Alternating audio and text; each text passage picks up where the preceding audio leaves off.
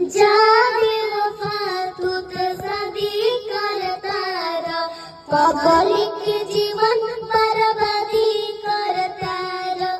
जा बेवफा तू तो शादी करता रह, पगलिक जीवन बर्बादी करता रह। कि बानी मजबूर तू बुझेलू ना, कि बानी मजबूर तू बुझेलू ना, झूठे कहेलू कि आजादी करता रह, झूठे की कहलू आजादी करता रह। अरे जा बेवफा तू तो शादी करता रह, पगलिक जीवन बर्बादी करता रह। जा बेवफा तू तो शादी करता रह, पगलिक जीवन बर्बादी करता रह।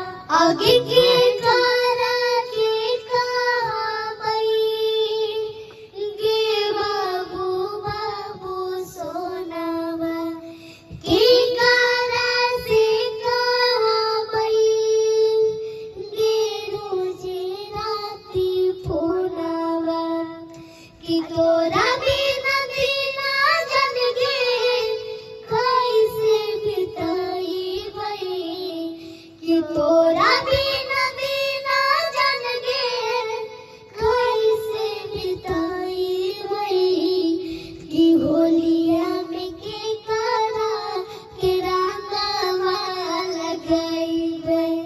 ये लगाना पता दो बार बारे, एक बार सबसे फास्ट इंस्टाग्राम, उसके बाद यूट्यूब और फिर इंस्टाग्राम। अच्छा गा रहा, बहुत अच्छा गा। और कोई सुनाओ, पवन सिंह भी का या खेसारी भी का, किसी हरियर हरियर ओढ़नी। काहे पीछे पड़ल बड़ा हमारे मरल बड़ा, माथा फूके पिया तारा दूध से का झरल बड़ा। अरे का हो ऐसा नहीं है तो के कर जगलो हो भगिया गोरी, काहा पुतबलो अगिया गोरी।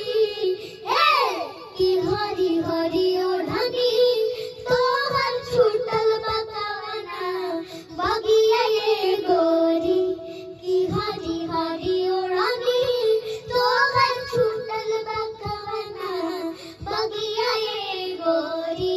उसे डांस दिखाओ ना, डांस दिखाओ तो छोटे, डांस दिखाओ। चलिए फिर से हम गाने का डांस करेगा। बता दो नहीं तो फिर से मुंह नहीं मारेगा।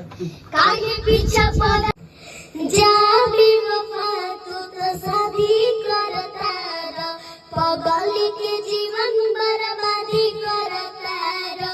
जा बेवफा तू तो शादी करता रह, पगलिक जीवन बर्बादी करता रह।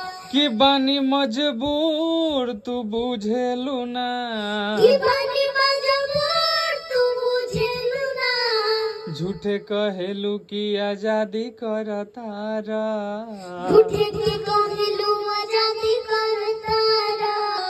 जा बेवफा तू तो शादी करता रह, पगलिक जीवन बर्बादी करता रह। जा बेवफा तू तो शादी करता रह, पगलिक जीवन बर्बादी करता रह। वाह करंट मार दिया जी। तो कौन किससे शादी कर रहा है? शादी करोगे तुम लोग इतने छोटे एज में?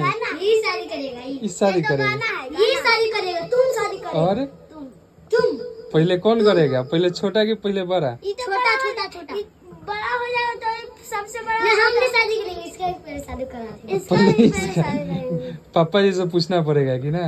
अच्छा वो गाना याद है आप लोगों का, करंट मारेलू? कि बैक मारे ले, कि बैंक मारे ले, करेंट मारे ले। कोई भी गाना सुने आप अपने अनुसार, अपने मिजाज से। ठीक है।